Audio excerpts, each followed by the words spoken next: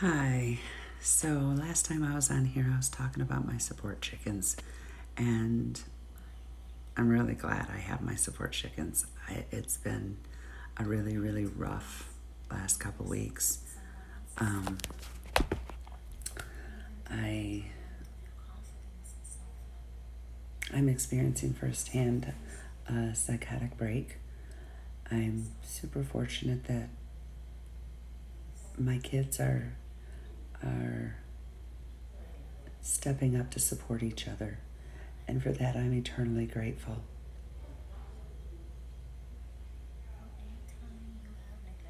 I don't know how to share my feelings and how scary mental health is without exposing secrets that they don't want to hear.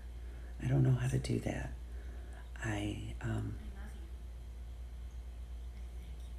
I don't want to hurt my kids, and I don't want to be inconsiderate, and I don't want to be a narcissist and make this all about me. And it's not all about me, but there's parts that are about me. I I've tried really hard to forgive how I was as a mother during the hardest parts of our life together.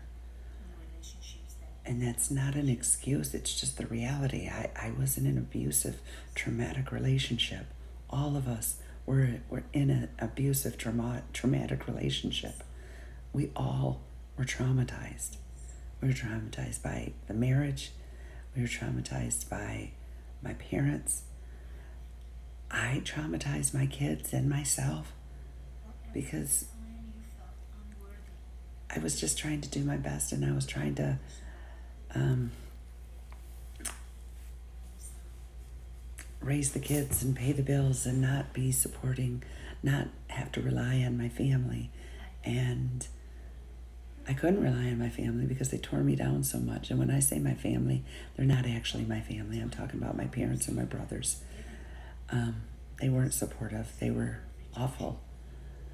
And so when I tried to make a better way, I went to nursing school. I went back to school. I went to nursing school. I got a job, and I wasn't available. And when I got overwhelmed, I yelled and I screamed and I cried and I cried and I said I'm sorry a lot. And my coping tools were so bad, and I was so stretched so fucking thin that I couldn't be there for the trauma that my kids were experiencing too. They went from so much time with mom when I homeschooled them to not much time at all.